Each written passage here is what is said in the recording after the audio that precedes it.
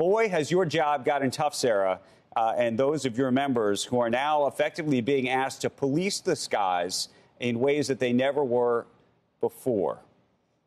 What's the view about how this should work going forward?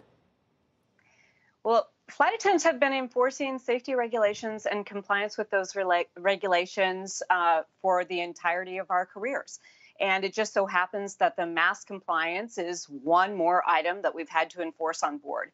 It was really helpful to have the president speak out last week about the increasing of the fines coming directly from the president. But the increasing of those fines is also about doing that in airports. We took a survey of our members, and they found that over half of the incidents on board, there was some signal that there may be a problem in the boarding area or even during the boarding process. And the best way to keep these problems from happening in the air is to keep them on the ground. So if we have more people understanding in the airports, if we're connecting airports and airlines, TSA, and everyone together doing our jobs to try to keep these issues on the ground, the president did a really good job of signaling that to everyone in aviation, that we've got to all do this together, and then signaling to the public that they're taking this very seriously. And I'll tell you, Andrew, you talked about demand being up. That is directly in line with more people getting vaccinated, which shows that people are willing to travel when they feel safe. Right. This is a small number of people acting out, and the mask policies are also about helping people understand that air travel can be safe if everyone follows the rules. But I have to imagine that there have to be members of yours that are calling you up and others saying, look, this job is changing. This job is becoming a lot more complicated than it was 12 months ago. Oh, Andrew, they're having a very difficult time. And I'll tell you something else. We thought that we were on a path to getting through this pandemic and being in a place of recovery this fall. And we were very hopeful, actually, that the mask mandate could end this fall, because as passengers are wearing these masks on a couple-hour flights, flight attendants are wearing these masks on 14, 15-hour duty days. We're tired of it. We're tired of enforcing it. And not only that, we're concerned every single day when we go to work and we put that uniform on, are we the target and going to be punched in the face today?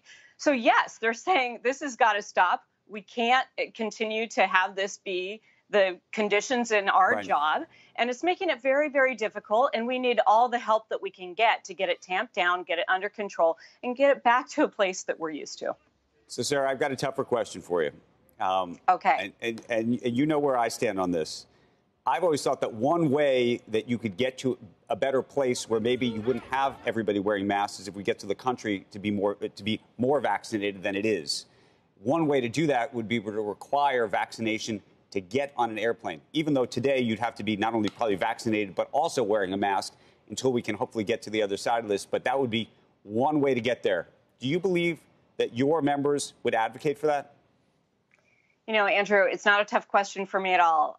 In fact, we have heard overwhelmingly from flight attendants that they support vaccination mandates, because we know that the only way to end this pandemic is for everyone to be vaccinated. So it's not the role of the union to put in place those mandates, but we also know that the courts have said and the EEOC has said that companies have the right to put in place these mandates. And as long as the companies are negotiating with us about how the implementation will work, we can do this in a way that's fair and transparent and works for everyone and does take into consideration the small number of issues where there needs to be an exception. But yes, everyone has got to be vaccinated, and that's the only way that we're going to end this pandemic. That's the only way we're going to get back to the freedoms that we enjoyed before it started, and it's got to happen.